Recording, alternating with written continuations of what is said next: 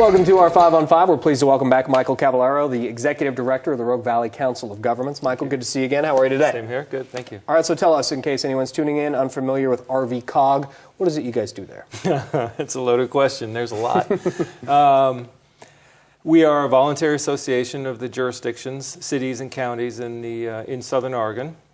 We do pretty much a whole host of programs, but essentially our role is to facilitate the actions of our member jurisdictions, our governments, implement some programs for the state and the federal government, also implement programs for our member jurisdictions, and just sort of grease the wheels of government and try to enhance what goes on down here. Okay, and these governmental institutions, cities and counties, very busy right now, trying to figure out, in conjunction with what's happening in Salem with medical marijuana dispensaries. RV COG doesn't personally really know. Yeah, you guys have no involvement in this, No. but the people you work with certainly do. Absolutely, and it's been a topic of conversation at some of at our board meeting, for example, or our meetings with the public managers.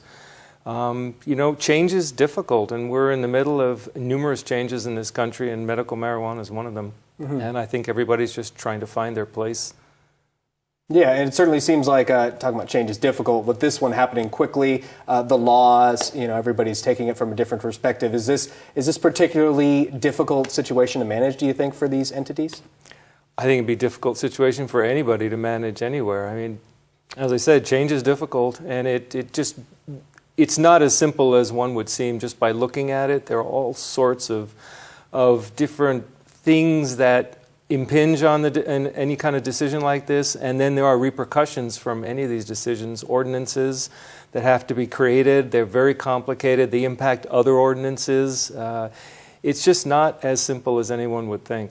Mm-hmm. Okay. All right. Now, you guys offer some assistance, some resources for people in a few different areas. Tell us a little about that. Just as a brief overview of what we do, we sort of divide it into two pieces. There's the wonky side, and then there's the human services side. You're going to have to break that down. Okay, the wonky side, we do a lot of planning. We do land use planning. We do natural resources planning. We keep an eye on the water quality in Bear Creek and its tributaries, for example. We do, in our land use planning, we do with current and land use planning. We assist the jurisdictions in that. We do transportation planning. We have the two federally designated transportation planning areas because of population limits that were reached in both Jackson County and Josephine County. We have one each, and that's a federal program. There's lots of work that needs to be done there, and that's sort of the wonky side. We do grant administration too. That's the wonky side. The human services side, dealing with seniors and people with disabilities. And we essentially, all of our programs are directed, most of our programs are directed at keeping people in their homes as long as they want to and as long as it's humanly possible. Oregon is one of the most successful states in the union in keeping people in a home setting as long as that is possible. And we do a very, very good job of that. So most of what we do is aimed towards that. So there are lots of services that are available. It's just very, very complicated. One of the things that we're most excited about is that we are right now, we have just begun to roll out what's called ADRC. That's Aging and Disability Resource Connection, but ADRC is good enough. And what that is, basically, we have a website, and it's geographically specific. There's one website for the entire state of Oregon, but the information can be localized, regionalized for your situation.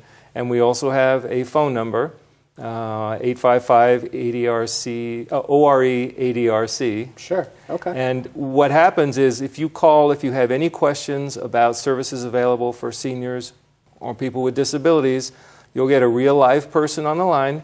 And there is no cutoff time. It's not like, I have 2 minutes to give you all the information and then I'm on to the next person. They will talk with you as long as it takes to give you the information to find out what it is you really need, because there may be additional services you may not even be aware of. Mm-hmm. And if it gets to the point that further conversations are necessary, they may end up even visiting your home to lay out your options. We call it options counseling. Yeah. It's to make sure that every individual in our region who needs assistance gets the information they need, and we'll walk them through that. Wonderful thing. Michael, good to see you again. Thank you very much. You're welcome. Stay with us. We'll be right back.